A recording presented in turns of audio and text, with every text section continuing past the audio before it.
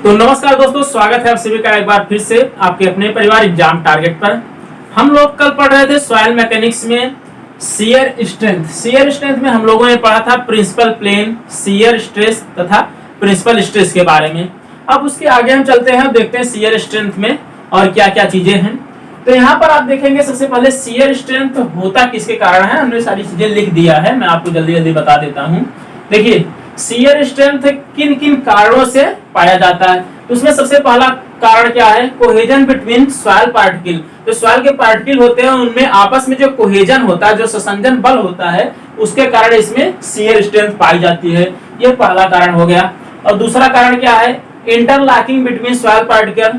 अब पहला तो कोहेजन हो गया, दूसरा हो गया सॉइल जो आपस में एक दूसरे से बंधे होते हैं किसी भी कारण से। वो जरूरी नहीं है कोहेजन के कारण ही बंधे हों, और भी कारण हो सकता है। मतलब इसमें जितनी भी चीजें हैं मतलब सभी एक दूसरे पर डिपेंडेंट हैं, लेकिन फिर भी अलग अलग पढ़े जाते हैं। पहला कोहेजन हो गया, दूसरा इंटरलॉकिंग हो गया, और तीसरा क्या है, तीसरा फ्रिक्शन है। ठीक है, तो ये तीन चीजें हो गई, तीन कारण हैं जिनके कारण हम शियर स्ट्रेंथ प्राप्त करते हैं सॉइल में। ठीक है, अब हम आगे बढ़ते हैं और देखते हैं शियर स्ट्रेंथ ज्ञात करने के कौन कौन से तरीके हैं। ठीक, तो यहाँ पर हमने कुछ तरीकों के बारे में लिखा है। सबसे पहला देखिए, ये types of shear strength test है। कौन कौन से टेस्ट करते हैं, इसे लैब टेस्ट हैं जो कि 6 प्रकार के हैं, और इसके अलावा फील्ड टेस्ट भी हैं 2 प्रकार के। अब लैब टेस्ट में क्या क्या आते हैं, direct shear test, well shear test, triaxial test, unconfined compression test. ये काफी इंपॉर्टेंट है, इंपॉर्टेंट तो सभी है, ये अक्सर एग्जाम में पूछा जाता है ऑब्जेक्टिव में। उसके बाद टार्जन टेस्ट और रिंग शियर टेस्ट। इसमें से ये 4 टेस्ट तो आप जनरली पढ़ते हैं, लेकिन ये 2 टेस्ट आपको नाम सुनने में नए लग रहे होंगे।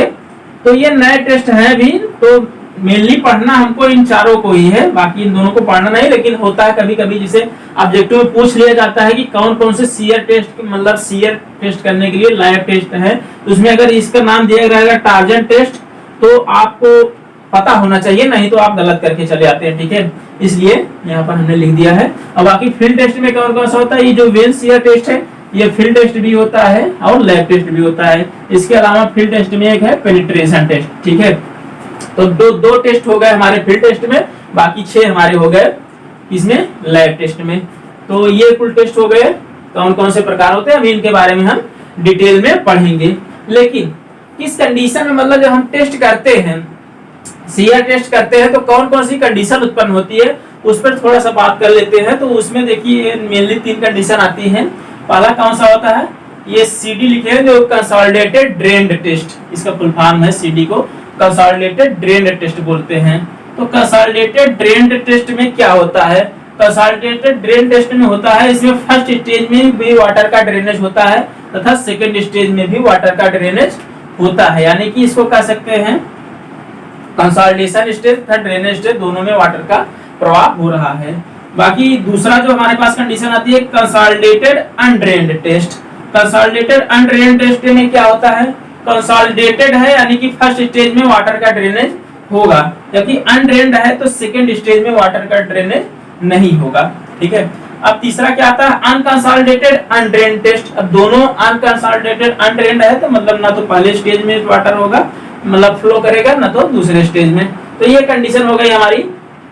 कौन कौन सी कंडीशन उत्पन्न होती है जनरली हम, मतलब इसमें जब हम ट्राई एक्सियल टेस्ट पढ़ेंगे तो इसका मतलब यूज ज्यादा होगा। इसमें हम देखेंगे फर्स्ट स्टेज क्या है, सेकंड स्टेज क्या है, उन सब चीजों के बारे में डिटेल में। ये हो गया हमारा क्लासिफिकेशन ऑफ शियर टेस्ट। अब इसमें हमारा पहला क्या आता है, पहला आता है डायरेक्ट शियर टेस्ट। अब डायरेक्ट शियर टेस्ट में होता क्या है, इसमें सबसे पहले हम जो अपैरेटस लेते हैं वो अपैरेटस क्या रेक्टेंगुलर आकार का होता है। उसमें 2 फेज होते हैं, पहला एक ऊपर होता है और दूसरा नीचे होता है। तो ये दोनों जो होते हैं इसमें बीच में थोड़ा सा स्पेस होता है।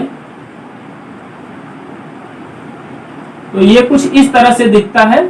इसमें देखिए जो नीचे वाला फेस है ये क्या है, ये फिक्स रहता है, ये मूवेबल नहीं होता, जबकि ये ऊपर वाला फेस जो है ये सरकता है, एक मतलब इसके ऊपर फिसलता है। इसी पर हम क्या करते हैं, फोर्स लगाते हैं, फोर्स लगाकर इसको खींचते हैं, सरकाते हैं, शियर स्ट्रेस लगाते हैं।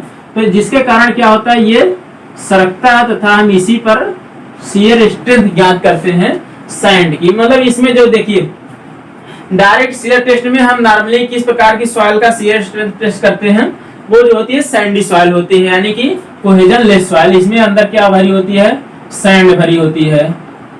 अब सैंड क्यों भरी होती है, क्योंकि इसमें देखिए कंट्रोल नहीं होता आपका ड्रेनेज के ऊपर, ठीक है। तो आप इसमें मतलब वाटर या पोर वाटर प्रेशर या किसी प्रकार का वाटर पर कंट्रोल नहीं कर सकते, ना तो उनको नाप सकते हैं। इसलिए अगर आप मतलब क्लेई सॉइल लेंगे तो उसमें वाटर होता है, वाटर अगर आप उसमें पोर वाटर प्रेशर नहीं मापेंगे तो आपका रिजल्ट जो होगा गलत आएगा। जबकि सैंड में क्या होता है, सैंड में आप मतलब ड्रेनेज आराम से हो जाता है, बाहर निकल जाता है, तो ये कोई कंडीशन मतलब ये कोई प्रॉब्लम क्रिएट नहीं करता है। तो पहली कंडीशन में मतलब हम देखिए सैंड का टेस्ट करते हैं, पहली बात हो गई इसके बारे में। दूसरी चीज क्या हो गई, नीचे वाला सिरा इसका फिक्स होता है, ऊपर वाला मूवेबल होता है। इधर से हम फोर्स लगा के खींचते हैं तथा इसमें एक डायल गेज लगा होता है, डायल गेज लगा होता है प्रेशर ज्ञात करने के लिए। वो प्रेशर कितना मतलब कितने प्रेशर पर हम इसको मतलब खींच रहे हैं वो यहाँ पर नोट होता रहता है। इसके अलावा जो शियर स्ट्रेस हम लगाते हैं, ये शियर स्ट्रेस होता कितना है, 1.25 mm पर मिनट।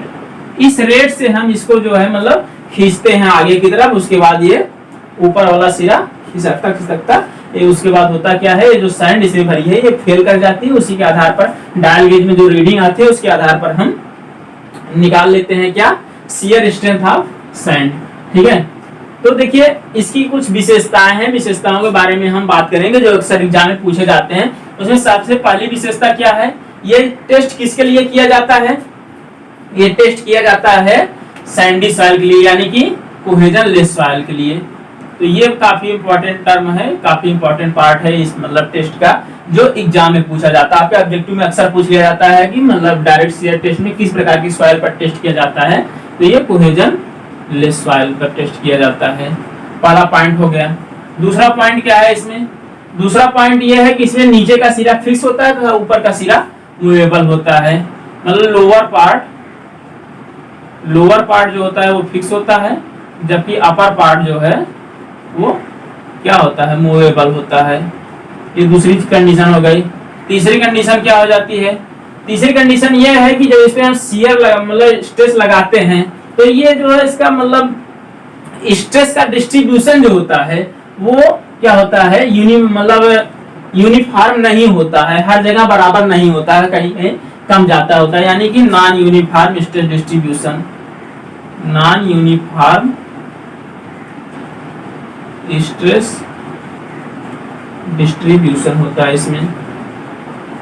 अब इसके बाद चौथी चीज जो आती है वो क्या है, चौथी चीज ये आती है कि इसमें जो फेलियर प्लेन होता है, जहां से हमारी सॉइल फेल करेगी वो पहले से प्री डिटरमाइन होता है, पहले डिटरमाइन होता है, यानी कि अगर हमारी सॉइल फेल करेगी तो यहीं से फेल करेगी, क्योंकि हमने इसको बनाया ही ऐसा है। ये सॉइल हमारी जो है ये ऊपर वाला ऊपर सरकेगा, नीचे वाला स्टेबल रहेगा, तो सॉइल हमारा जो फेलियर प्लेन होगा वो यही होगा, इसके अलावा कहीं सॉइल फेल कर ही नहीं सकती। तो आप कह सकते हैं जो मतलब फेलियर प्लेन होता है, फेलियर प्लेन जो होता है वो प्री डिटरमाइन होता है, प्री डिटरमाइन। इसके अलावा आप कह सकते हैं कि ये जो टेस्ट है ये सबसे पुराना टेस्ट है, यानी कि सबसे पहले ये तैयार किया गया था, यानी कि ये क्या हो सकता है, ओल्ड टेस्ट है एक प्रकार से, ठीक है। अब ये सारी चीजें हो गई इसके बारे में, लेकिन इसके अलावा जो मतलब ज्यादा जरूरी चीजें हैं, जो इंपॉर्टेंट चीजें हैं, वो उसका पूछता है एडवांटेज और डिसएडवांटेज। जैसे आप अगर मेंस का पेपर देंगे तो उसमें भी एडवांटेज डिसएडवांटेज डायरेक्ट लिखने के लिए आ जाता है, और कुछ ऐसे मतलब एडवांटेज हैं, कुछ ऐसे डिसएडवांटेज हैं जो पूछे जाते हैं, वो इन्हीं में से हैं। जैसे मान लीजिए एडवांटेज में हम बात करें तो एडवांटेज क्या है, पहली बात तो ये चीप होता है, सस्ता होता है, ठीक है। अब हम देखते हैं इसका एडवांटेज, सबसे पहले एडवांटेज देख लेते हैं, उसके बाद बात करेंगे डिसएडवांटेज की। इसका एडवांटेज क्या क्या होता है, पहला इसमें होता है ये चीप होता है। अब दूसरा क्या होता है, इसका जो प्रोसीजर होता है, कार्य करने का प्रोसीजर, ये बहुत सिंपल होता है, सिंपल प्रोसीजर होता है, सिंपल प्रोसीजर। अब तीसरा क्या होता है, इसमें बहुत ज्यादा टेक्निकल नॉलेज की जरूरत नहीं होती, कोई नॉर्मल व्यक्ति भी इसको थोड़ा बहुत जानता है तो वो कर सकता है। नो मोर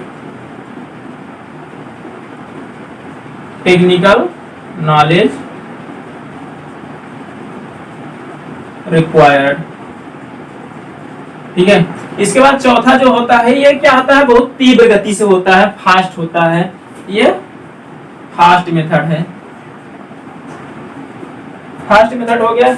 इसके बाद जो आता है क्या आता है, इसका जो अगला एडवांटेज है वो क्या होता है, जो इसमें सैंड की लेयर डाली जाती है, सैंड की लेयर की जो थिकनेस होती है वो काफी कम होती है। इसकी मतलब इसके कारण जो होता है, इसमें जो हमारे मतलब क्या होते हैं, वाटर के जो पार्टिकल होते हैं, जो वाटर होता है इसमें, उसको निकलने में ज्यादा समस्या नहीं होती है। ठीक है, तो इसके कारण से भी अच्छा है, क्योंकि ये मतलब इसमें ड्रेन मतलब वाटर पर कोई कंट्रोल होता नहीं, तो उसको निकलना जरूरी होता है, तो काफी आसानी से निकल जाता है। तो चौथा मतलब पांचवा एडवांटेज कह सकते हैं कि ये मतलब जो इसमें मतलब थिकनेस वेरी लेस होती है, thickness is very less, so water move out fast.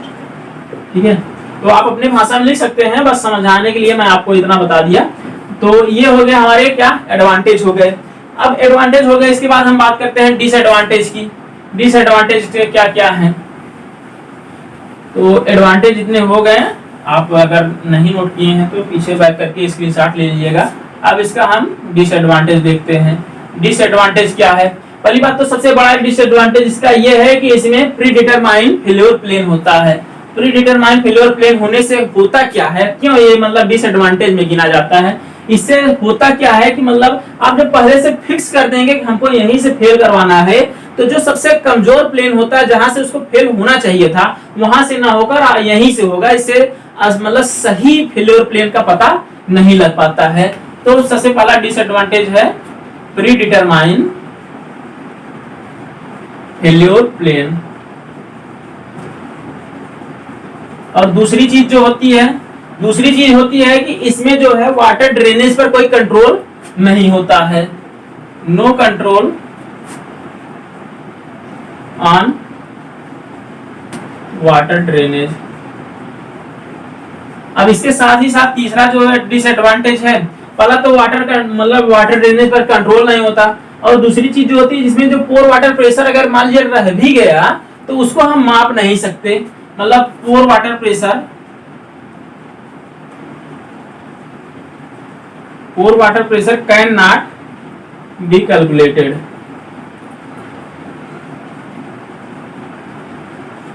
Can not be calculated, तो ये हो गया इसका मतलब डिसएडवांटेज हो गया। चौथा डिसएडवांटेज जो है ये क्या होता है, ये मतलब अगर आपके पास कोई ऐसी सॉइल है जैसे क्ले सॉइल है, कोहेसिव सॉइल है, तो कोहेसिव सॉइल के लिए यूज नहीं होता है। It is not preferable, it is not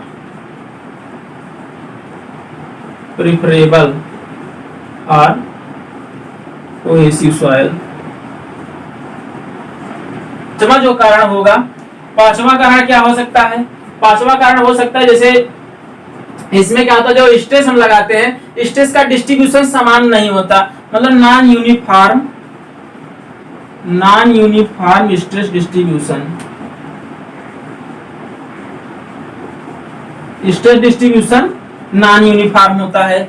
इसके बाद अगर हम छठे चीज की बात करें तो छठा चीज हमारा होता है क्या, मतलब इसमें जो स्ट्रेस का कंसंट्रेशन हो जाता है कहीं एक जगह, मतलब सबसे बाउंड्री पर जो होता है इसके कॉर्नर पर, ये क्योंकि चौकोर होता है तो यहाँ पर स्ट्रेस कंसंट्रेशन हो जाता है इसके बाउंड्री पर, मतलब stress concentration at sample boundary.